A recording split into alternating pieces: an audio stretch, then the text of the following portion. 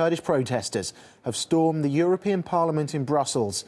They're demanding swift military action against Islamic State jihadists who are now on the verge of taking over a key Kurdish town in Syria.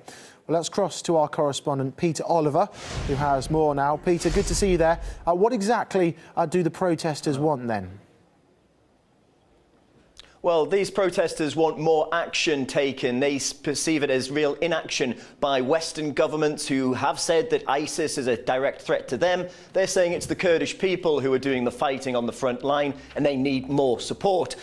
So what we've seen is these demonstrators taking over the EU Parliament in Brussels. Also right here in Berlin right now, there is a demonstration taking place just next to the Brandenburg Gate. Next to the Brandenburg Gate are the embassies of the United States and Great Britain. This is what's going on right now. You can see those live pictures. There's also demonstrations near the Reichstag to try and get Germany to commit more troops to this. But this is just part of what we've seen going on across Europe. The Dutch Parliament was occupied as well in The Hague. Also in Istanbul, there's been more and more demonstrations taking place calling for Turkey to play a key role as ISIS march on towards those key towns, both on the Turkish and on the Syrian borders, where the Kurds are putting up the fight there, and they're saying they need more help, and that's why they're demonstrating across Europe right now. Peter, thank you very much for the update. Let's now speak with member of the European Parliament, George Katrougalos. He's in the Parliament right now and joins us live. Now, we are seeing some of the pictures of what's occurring in the building in Brussels right now. Thank you very much for joining us here on RT International. Now, you're there to set the scene for us, but some of the Kurdish protesters blame the West for inaction over Islamic State's advances. That's what they're claiming. Is this a fair accusation, do you think? Well, these people are worrying about their families in place, and I think their general feeling is correct. The West has left practically defenseless the Kurdish population outside Iraq. And to be frank, ISIS, the Islamic State, is a kind of Frankenstein construction, a golem that has escaped its constructor. We can blame some powers in the West, especially the United States, not only for not being very active against the ISIS, but having initially some responsibility for its creation as well. Well, American Vice President Joe Biden has accused some Middle East countries of being behind the rise of Islamic State. We'll remember his quotes at the weekend. Let's have a listen.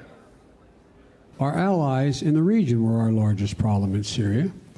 The Turks were great friends, the Saudis, the Emiratis, etc. What were they doing? They were so determined to take down Assad, they poured hundreds of millions of dollars and thousands of tons of weapons into anyone who would fight against Assad, except that the people who were being supplied were al-Nusra and al-Qaeda and the extremist elements of jihadis coming from other parts of the world.